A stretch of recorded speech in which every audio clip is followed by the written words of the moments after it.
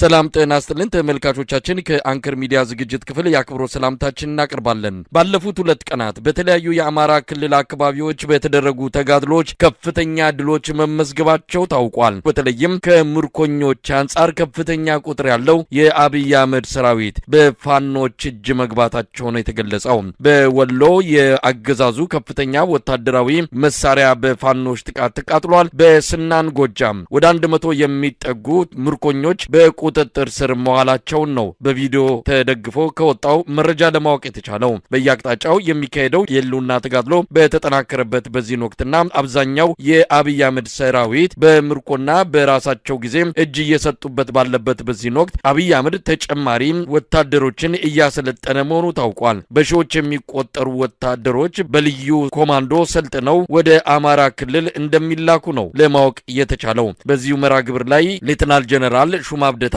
ኤርትራን የጨመረ ካርታ ያለበት ሽልማት እንደተበረከተላቸው ለማወቅ ተችሏል። በአማራ ክልል ወቅታዊ ጉዳይ ላይ እናተኩራለን። የዘውትር ተሳታፊያችን መስመር ላይ ይገኛል። እንግዲህ ድሎቹን በተመለከተ ያሉትን መረጃዎች ልታካፍለን እድሉን እሰጣለሁ። በርካታ ወታደሮች ተማርኳል። የአማራ ክልል በምርኮኞች ተጥለቀለቀ እስኪባል ነው የደረሰው። እንግዲህ ባለፉት 2 ቀናት የተካሄዱት የህልውና ተጋድሎችን ውጤታቸውን ስንመለከት የአብይ አህመድ አገዛዝ አሁንም ወታደር ያሰለጥናል።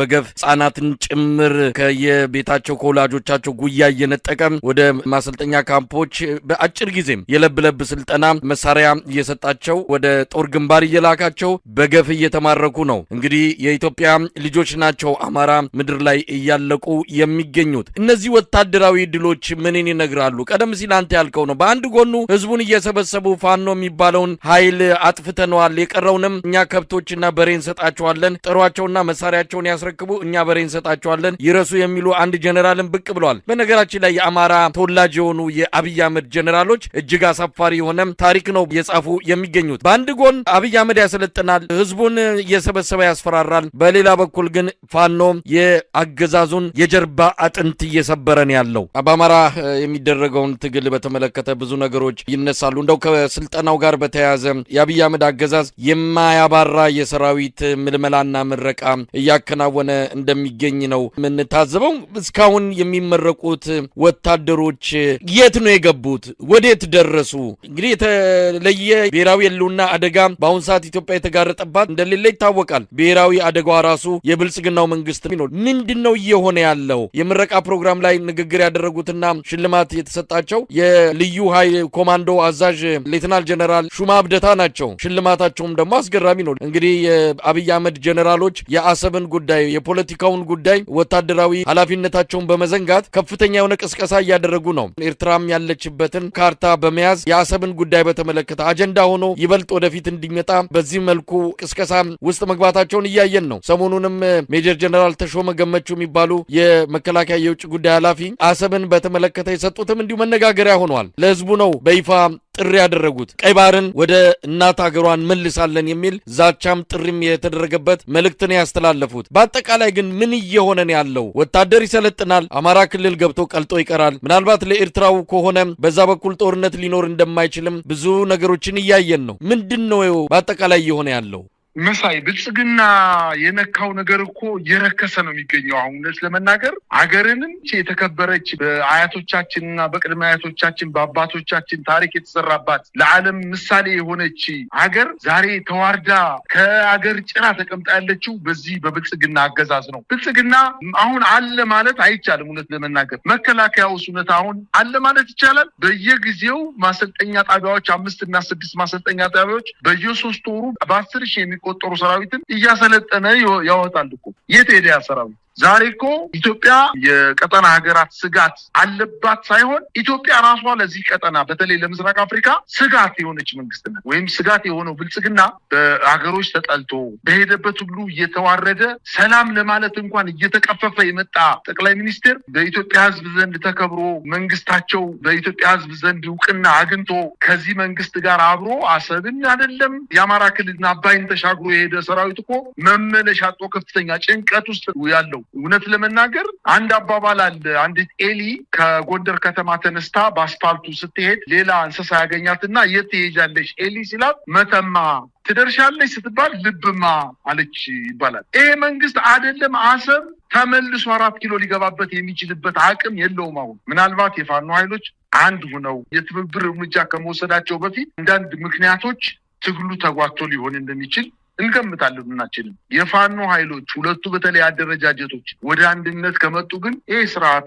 ሙሉ በሙሉ ይመታል ብቻ ሳይሆን አባይን ተሻግሮ ወደ አዲስ አበባ የመድረስ አቅም እንኳን ይኖረዋል የሚል እምነት የለኝም መሳይ። እና በአጠቃላይ ሰራዊቱንም ብቻ ሳይሆን ህዝቡንም የኢትዮጵያ ህዝብ ነው ብሎ የሚያስበው ግብዓት አጣው ባለበት ሰዓት ደግሞ ህዝቡን አጠቃላይ በየከተማው በየወረዳው በየቀበሌው የብልጽግና አመራሮችን ልኮ እያነቀ ወደ ማሰልጠኛ ያገባው ሰራዊት እንዴት ነው አሰብንም አማራ ክልልንም የትግራይ ክልልንም ኦሮሚያ ክልል እየተደረገ ያለው ጦርነትን አሁን በቀጣይም ደግሞ የቤንሻንጉል የአፋር እና የጋምቤላ ክልል ጦርነት በጣም ያንዣበበበት አካባቢ ሆኗል። አጠቃላይ ከእጁ የወጡ በርካታ ቦታዎች ስለሚገኙ ከእንግዲህ በኋላ ይሄ ስርዓት አገግሞ የኢትዮጵያን ህዝብ በስነ ስርዓት ይመራል የሚል እምነት የለም። በሰራዊት ብዛት ንጉስ አይድንም 60 እና 70 ሚሊዮን የሚገመት የአማራ ክልልንስ አንበርክኮ መግዛት እንደማይቻል የፋኖ ኃይሎች የአማራ ህዝብ አምጦ የወለዳቸው የፋኖ ነጻነት ታጋዮች ምናልባት በአጭር ጊዜ ውስጥ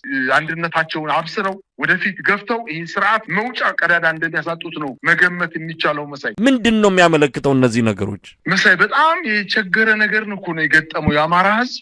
ሰራዊቱ በእርግጥ እየተመታ እንደሆነ እንዲሁ ለምሳሌ ያክል እንኳን በዚህ በጎጃም አካባቢ በጨውቄ በስናን በደብረ ማርቆስ ዙሪያ ወረዳ በማሻከልና በዚሁ አካባቢ የሚንቀሳቀሰው የሜጀር ጀነራል ብርሃኑ ጥላሁን 25ኛ ክፍለ ጦር በዚህ በሁለትና በሶስት ቀናት ውስጥ እንኳን ከ618 በላይ የተዋጊ ኃይሉን ከጥቅም ውጭ አድርገውበታል። 24ኛ ክፍለ ጦር ብቻ ነው ሜጀር ጀነራል ብርሃኑ ጥላሁንን ኮር ሙሉ በሙሉ በመደምሰስ ማርቆስ ከተማ ላይ ብቻ ተቀምጦ እንዲቀር አድርገውታል። ስናንን ለመቆጣጠር ሞከረ፣ ጮቄ ተራራን ለመቆጣጠር ሞከረ፣ የደንበጫ አካባቢዎችን እንዲሁ ለመቆጣጠር ሞከረ፣ የማቻከል ወረዳ ከአማኑኤል ከተማ ውጪ ያሉትን ቀበሌዎች ለመቆጣጠር ሞከረ፣ አልቻለም። ተመቶ የያዘውን ዲሽካ ሞርተር፣ ስናይፐር፣ ጥቁር ክላሽ ከነሰራዊቱ አስረክቦ ነው የተመለሰው። በጣም የሚገርመው ነገር ደግሞ እነዚህ በተለይ በስናን ወረዳ ሮብ ገበያ አቅራቢያ በተደረገው ውጊያ በርካታ አስክሬን ሳያነሳ ነው የተመለሰው። አስክሬኑን በትኖ የዛ አካባቢ ማህበረሰብ ነው አስክሬን አንስቶ የቀበረለት። ከዚህ በፊት አስክሬን ያነሳል። በተለይ የመከላከያ ወታደር ከሆነ እንደማንም ብሎ ዋጋ ከፍሎም ቢሆን በርካታ የፔፔ ታንኮችን ተኩሶ ቦታውን ከበባ በማድረግ አስክሬን ለማንሳት ከፍተኛ ትንቅንቅ ያደርግ ነበረ። በትናንትናው ዕለት በተደረገው ውጊያ ግን በርካታ አስክሬን አዘርግፎ በየመንገዱ በየገበሬው እርሻ በየገበሬው አውድማ ቦታ ላይ በርካታ አስክሬን ነው የፋኖ ኃይሎች አግኝተው ገበሬውን በማስተባበር ቀብር የፈጸሙት። በተለይ በስናን ወረዳ በተደረገው ውጊያ የፋኖ ኃይሎች አንድ መልእክት አስተላልፈዋል ለብርሃኑ ጁላ። እቃው ደርሶናል፣ የላክልን ሞርተር፣ ዲሽቃ፣ ብሬን በሰላም እጃችን ገብተዋል፣ እናመሰግናለን የሚል መሳለቂያ ነው የሆነው። እውነት ለመናገር አሁን በሰራዊት ብዛት ቢሆን ኑሮ የመከላከያ ሰራዊት 6 ወር አይፈጅበትም ነበር በአማራ ክልል። ያኔ እነሱ እንደሚሉት በ30 ክላሽ ጦርነቱን ጀምረው የትም አይደርሱም። ጠቅላይ ሚኒስትሩም እንደተናገረው በ3 እና በ4 ክላሽ የትም አይደርሱም፣ ሻመት ቢዋጉ አያሸንፉም የተባሉት ፋኖች ዛሬ ከመከላከያ ጋር የሚስተካከል ወኔ ብቻ ሳይሆን ትጥቅ ዝግጅት አድርገው ከፍተኛ ድል እየተጎናጸፉ በሚገኙበት ሰዓት መከላከያው ደግሞ በአንጻራዊነት እየተሸነፈ አካባቢዎችን እየለቀቀ እንደመጣና የሉም ፈርሰዋል፣ እጅ ሰጠዋል። ከእንግዲህ በኋላ አማራ ክልል ችግር የለም፣ ወደ መልካም ሁኔታ ይመለሳል፣ ወደ ልማትም ይመለሳል፣ ከእንግዲህ በኋላ ምንም ችግር የለም በማለት ለ15 ቀን ያክል አየር ምድሩ ተቆጣጥረው ይዞት ነበር። ግን አሁን ይሄንን ነገር ማስቀጠል አልቻሉም። ፋኖች አሁንም ከጉልበታቸው እጥፍ ጨምረው የመከላከያ ኃይል ሊያጠቃ በሚንቀሳቀስበት አካባቢዎች ላይ ምታቸው እየጠነከረ በአጭር ጊዜ ውስጥ በርካታ ሰራዊትን እየማረኩ እንደሚገኙና የደሃ ልጅ እያለቀበት ያለው የመከላከያ ሰራዊት አሁንም በወታደራዊ ማሰልጠኛዎቹ በሺዎች የሚቆጠሩ ሰራዊቶችን በለብ ለብ ስልጠና እያስመረቀ እንደሚገኝ ከእናቶች ጉያ ነጥቆ በተለይ ወደ ሐረር አካባቢ የተመለከትነው እጅግ በጣም አሳፋሪ ነገር እናቶች ርሃቸውን ስተው ልጆቻቸውን ታንቀው በቀበሌ አዳራሾች ውስጥ በመኪና አምጥቶ ሲያሳፍራቸው እናቶች ሪያቸውን ስተው እስከ ማጉራት ደረጃ የደረሱ ልጆቻችንን አምጡ ጮታቸው በከፍተኛ ደረጃ እየተሰማ አንቆ እየወሰደ እንግዲህ ለአማራ ክልል እድሉ የቀናው እጅ እንዲሰጥ እድሉ የቀናውም ተጨማሪ ቆስሎ እንዲያዝ እድለኛ ሆኖ ያመለጠ ትልቅ ተስፋ ኑሮት ለእናቶቻቸው መልእክት ሲያስተላልፉ እያየን ነው። ግን በርካቶቹ በዳጅ ታፍሰው ሰራዊት ግን ከፊት እንዲሰለፉ በማድረግ ነባር ሰራዊቱን ከኋላ